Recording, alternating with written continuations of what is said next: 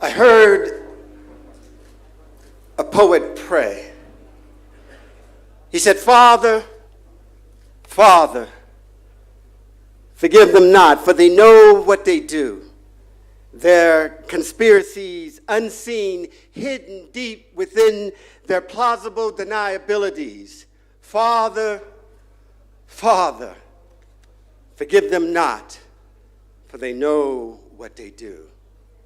They know what they do.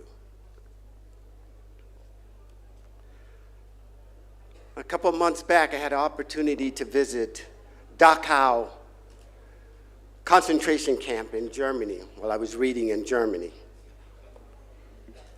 Dachau, USA. I lit a candle in St. Jacob's Church asking, how can we say Dachau, Germany, and not say Auschwitz, Mississippi, Treblinka, Alabama, Allendorf, Georgia, Maffa, a forged in America Holocaust of Dusseldorf at every port, 6 times the number 6 million at last count, if truth be told, the toll at last count. How can we say, how can we not say, Dachau, USA? In the backdrop of holy scriptures and hymns, crazed, depraved rape of black women at masses, merciless, lustful whims, a rapist raping to breed slaves, to rape, to claim birthrights, to babies as property for labor and trade in the marketplace of slaves, set in the backdrop of holy scriptures and hymns. How can we not say, Dachau, USA? When they sever black men from manhood to shove it down their throats, ripped black backs wide open, whipped, barred, hung by the neck, set ablaze, the charred remains left to rot down, not be cut down from America's concentration camps. How can we not say, when they yank an incisor from inside its mouth to mark a slave or runaway, should a slave dare one day run away? How can we not say, when reverberating cries resonate from crackling, fried, fat back, drip the blistered, bound, barren backs of black slaves? How, when like Roman centurions, they knife open the left sides of slaves to lay bare their cage rib, to hook and hang slaves from their rib cage? How can we not say, when they weighted the face of slaves in suffocating iron masks, sequenced and spiked metal collar necks, chained to excruciating thumb screws to painfully screw the tortured thumbs of slaves? How, when the cutting off of toes, cutting off of feet, severing of ankles, cutting off of legs when caught running off America's extermination camps, how can we not say, Dachau, USA? Modernity's largest killing fields of Washington and his sons, Jefferson and his sons, pretending no memory of what they've done, no memory of what they do. Dachau, USA, killing fields of Jackson and his son, still without end, pretending no memory, when others solemnly pledge, let us not forget. So I lit a candle in a church in Dachau, Germany, for 36 million at last count, who lie dead or dying in America's labor camps. America pretends it has no memory. If truth be told, the full extent, those atrocities never to be told. How then can we not say, Dachau, USA?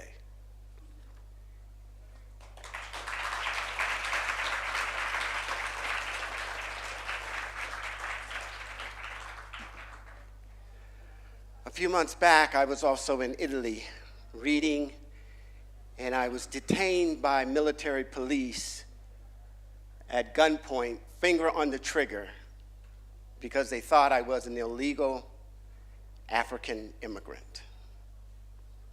And my whole thinking was probable cause, probable cause. And it happened the Ides of March. Probable cause, the Ides of March, 2016. I, the face of Othello, a night without moon or stars, the absence of white, the night thou dost thrust. Et tu, Brute, its deep, its depth. I, the race of Othello, a melon tone that drones the monotone standard, permitting undertone arm prerogative, unreasoned warrant, my suspect. Ill-lighted, I'm the preponderance. That standard of criminality they want stand when night is made to stand before a days-hued judgment. Othello's face, I'm this preponderance of evidence. Daywalkers need no warrant issue, except a warrant to want, to not, to see the dead of night, rise a daylight participant in this worldwide daydream of America-like greed. When the Ides of March are judge and jurist, black is the preponderance of evidence. Whites need C for probable cause. Cause to violate black persons, black houses, black papers, black effect, with unreasonable search and seizure. The knife thou dost thrust, its deepest depth, the dead of my night. No oath or affirmation need be other than their pledge, their lives, their fortune, their sacred honor to this discreet dishonor, particularly describing black places, black faces, black things for search and seizure. I, the face of Othello, a fellow of the night, the preponderance of flawed evidence.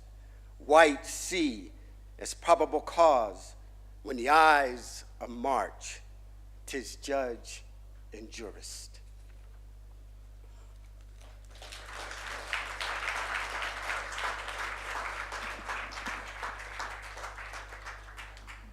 In America, my black friends asked me, what's it like traveling around the world, and what do you feel like?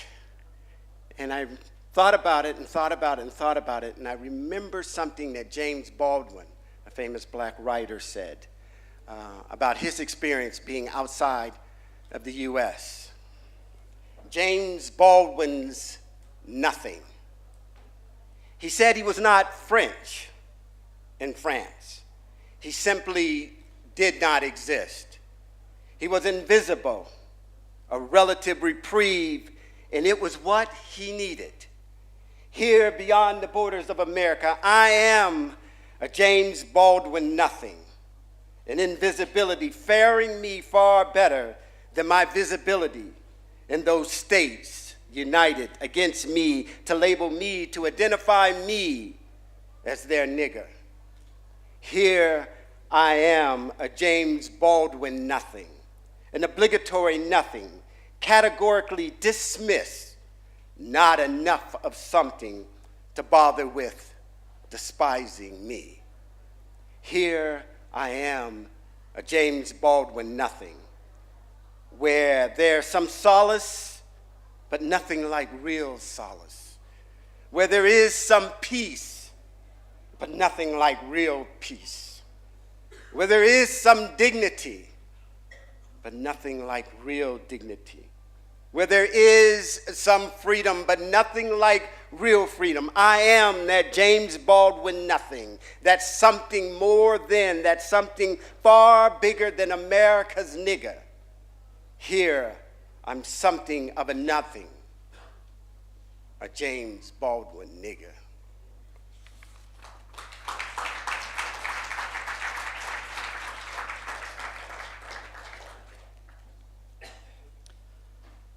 We all carry a weight, a cross, no matter who we are. Where we might differ is in the magnitude and the size of that cross, but we all carry one, that weight. The weight of just black. It is not the weight of black, but the immensity of being made to be just black every time whites confront me. It's the weight of white's derivation of black, a derivative definition of just black derived in part by the social conditions created in large parts by whites. It is the stress and strain of an inexact, inaccurate depiction to foster an ill-conceived, preconceived description of an ill-meaning distinction of black nature, black imagery, black sound, the scope of black, derivatives of black derived, reconstituting me by white society to be just black. It is the immensity of immediate suspicion, the first sight of me through aqua blue seas of constricting pupils, narrowing their circular misgivings like a hangman's rope hung about my black throat. It is the weight of torque and tension in the muscles and tendon, poised white flight or fright, postured to telephone militarized police who serve and protect white in red line black free zones. It is the weighted density and white tone when switching from speaking to a white to just a black. It's the lift of an entitled nose, the flaring of nostrils, a glaring view through a narrow view through slits and mistrusting eyelids. It is the enormous weight of hate when they clutch their Gucci handbags, the first sight of me, the locking of the car doors, the first sight of me, the collecting of the brood, frolicking in aisles of department stores, the first sight of me, the gravity of the familiarity referring to me, renaming me, what's up, my man? The first they lay eyes on me. It is the insanity of in nigger black, subhuman black, green light black to shoot blacks in the back, concealing it, tracing the slain outlines of black and crime scene tape of plausible alibis and deniability, concealing falling shadows of black in white lines that divide, sever white society from just black, weighted to be just black, a derivative of me derived, reconstituting me to be just black.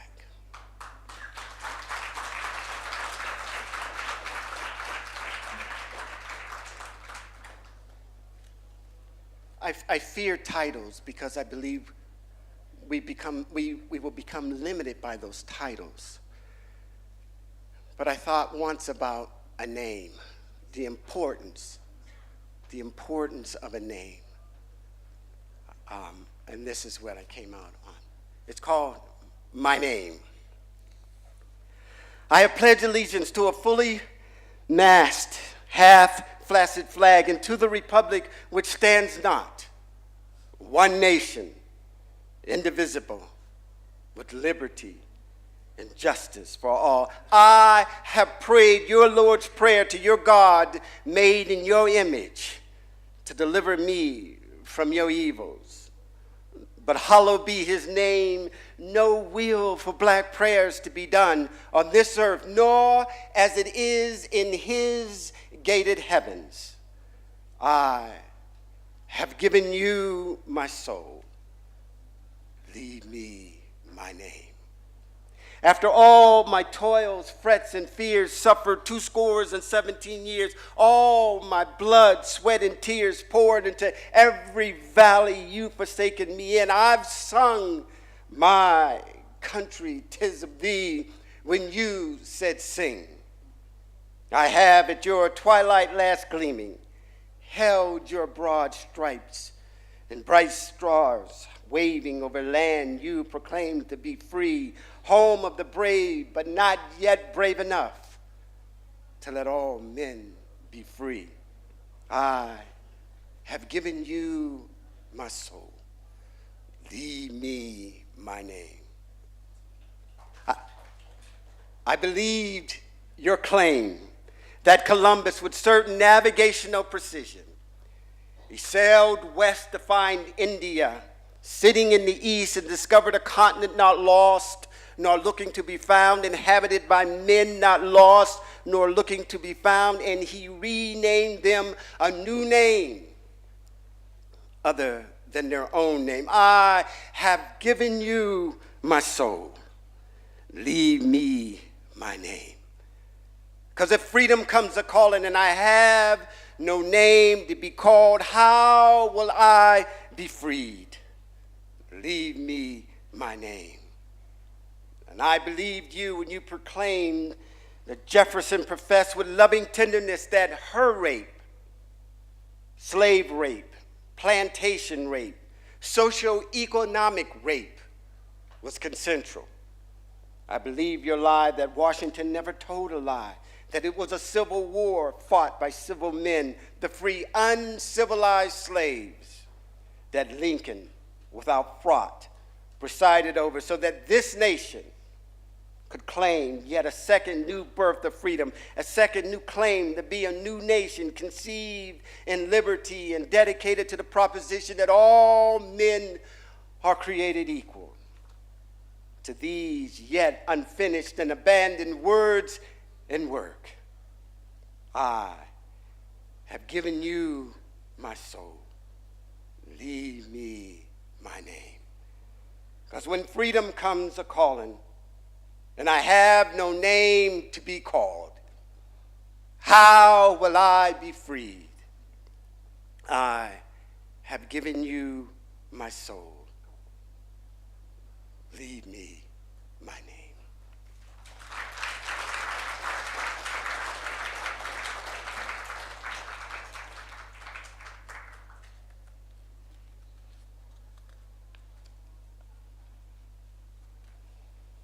I've been to the mountaintop where they had me when they asked me to ask not what my country could do for me, rather what I could do for my country, whilst my country was doing me. I've been to the mountaintop. Ain't nothing there but a straight drop. You see, from the hilltops of New Hampshire, from the mighty mountains of New York to the Alleghenies of Pennsylvania, from the snow-capped Rockies to the slopes of California, there ain't no kings, no dreams, no promised land, no embracing hand, no lands of equal opportunity, no promissory note guaranteeing liberty. Ain't no freedom's ring, no we the people, my eyes can't see anything but dated niggas clinging to a nightmare, posing as their dreams. You see, you can't free nobody if your mind ain't free enough to see that their song won't sing. It's our country, 'tis of thee. That sweet land of liberty, land where my fathers died, land where from every mountaintop they say, let freedom ring. Well, I've been to that mountaintop. Ain't nothing there but a straight drop.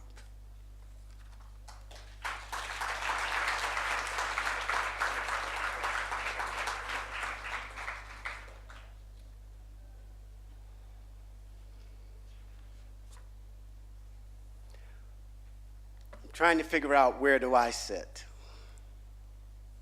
shadowed and cast, where do I sit? Where do I fit? Where's the slit in the white that lets the black in? Between which lines of black and white, which longing for longitude and latitude do I reside? Around which circles which circle back, around black and white and shades of gray do I fit? Where do I sit to emit absorption, to absorb reflection? Where amongst the white is the night, the round table? I'm to set and sit my seal and shield upon. Which square squares things? Which angle tries to rectify wrecked and tangled angles of negative and positive space? I'm to choose my face upon. Where do I fit?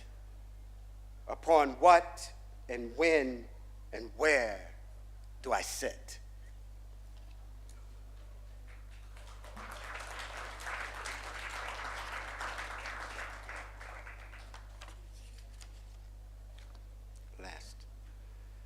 I wrote this about 6 months ago when I was in Hyderabad for a writing residency. I call it The System We Cast, C-A-S-T-E. A class-conscious cast iron brew of lotus black coffee grounds, severed along melodious vocations of black, untouchable black, coarsely ground roasted black without the sugar, tolerable black, sprinkled just a bit of sweetener, kosher black, powdered an artificial sweetener to taste just a bit sweeter than it is, sifted, finely filtered, percolated black, lotus black, room made its class-conscious cup for homemade shades of 1%, 2% less black, made less black, poured, condensed, whole white, pasteurized, moisturizing skin white, milked and curdled with just a bit of black seen in it. To think it's India's superior brown coffee grounds brewed a lotus cast iron coffee pot, a melodious vocation served the lower caste cracked cups of untouchable black.